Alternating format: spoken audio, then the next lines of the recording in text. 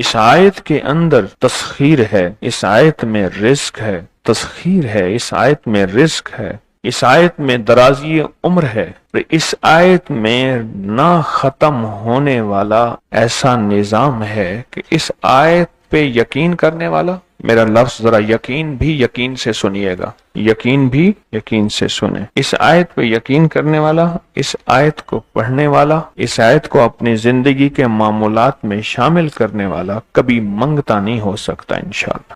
صدیوں سے بادشاہ بننے والے اس آیت، اس وظیفے اور اس تسبیح سے ضرور فیض پاتے ہیں۔ صدیوں سے جو بادشاہ بنتے ہیں، جو شہنشاہ بنتے ہیں، وہ اس وظیفے سے ضرور فیض پاتے ہیں کہ بندہ فقیر سے شہنشاہ بن جائے، بس یہی ہے۔ اور آپ کی زندگی میں، یعنی حضرت امام جعفر صادق کی زندگی میں اس کے بہت فوائد، اس کے بہت فضائل، اس کی بہت برکات اور اس کے بہت کمالات۔ پوچھا کہ اس کا فائدہ کیا ہے، اور میں بس فقیر سے شہنشاہ بنا دیتا، یہ اس کا فائدہ۔ اس آیت کے اندر تسخیر ہے، اس آیت میں رزق ہے، تسخیر ہے، اس آیت میں رزق ہے، اس آیت میں درازی عمر ہے، اس آیت میں نہ ختم ہونے والا ایسا نظام ہے کہ اس آیت پہ یقین کرنے والا، میرا لفظ ذرا یقین بھی یقین سے سنیے گا، یقین بھی یقین سے سنیں، اس آیت پہ یقین کرنے والا، اس آیت کو پڑھنے والا، اس آیت کو اپنی زندگی کے معمولات میں شامل کرنے والا کبھی منگتا نہیں ہو سکتا انشاءاللہ۔ اس سے اگلی بات یہ ہے کہ اس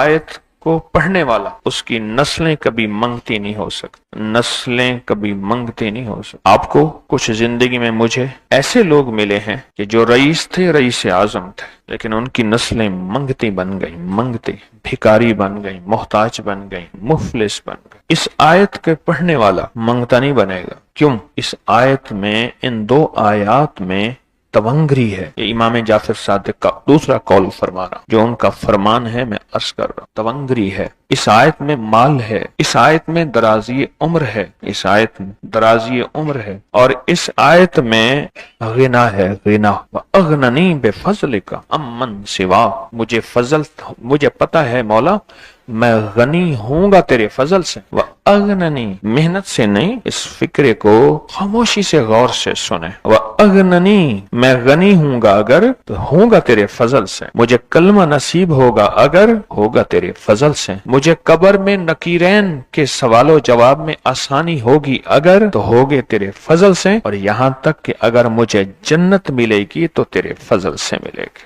جنت بھی اگر ملے گی تو تیرے فضل سے ملے گی، جنت بھی ملے گی تو تیرے فضل سے ملے گی۔ اس آیت میں، یعنی ان دو آیات میں غنا ہے، غنا ہے اس آیت میں، اور اس میں ضرورتوں کا پورا ہونا ہے، حاجات کا پورا ہونا ہے، اور اس آیت میں کفایت ہے، کفایت، ایک بندے کا کھانا 100 میں پورا ہو جانا یہ کفایت ہے۔ 1 روپے سے میری ضرورتیں پوری ہو جائیں، چاہے تو لاکھ کو میرا روپیہ کر دے تو میرا اللہ چاہے روپے کو لاکھ کر دے، اللہ میرا چاہے کک کو لاکھ کر دے، اللہ میرا چاہے لاکھ کو کک کر، کک تنکا۔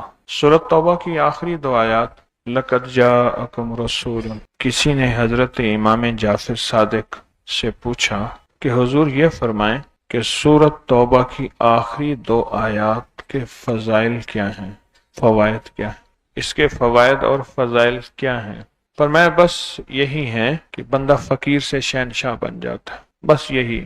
کتنے بڑوں نے، مخدوم نوح صاحب حالہ سندھ، بہت بڑی ہستی ہیں، مزار ہے، دربار ہے، مخدوم محمد نوح حالہ سندھ میں، ان کی عمر بہت لمبی تھی۔ کسی نے ان سے درازی عمر کا راز پوچھا، فرمانے لگے میری درازی عمر کا راز سورۃ توبہ کی آخری 2 آیات۔ مخدوم نوح صاحب، جو بندہ یہ درود پاک پڑھے گا، اللہ پاک جل شانہ اس کا خاتمہ ایمان پہ ایسے کرے گا، 70 فرشتے آئیں گے، شیطان بلیات اس سے ہٹائیں گے، کلمہ نصیب کریں گے، روح پروں میں لے کے جائیں گے، اور سبز لباس، سبز کپڑوں میں اعلیٰ علیین میں جا کے اس کی روح کو رکھیں گے، اور قیامت کے دن وہ بندہ ایسے کھڑا ہوگا جیسے نبی کھڑے ہوتے ہیں، اور ایسے چلے گا جیسے انبیاء۔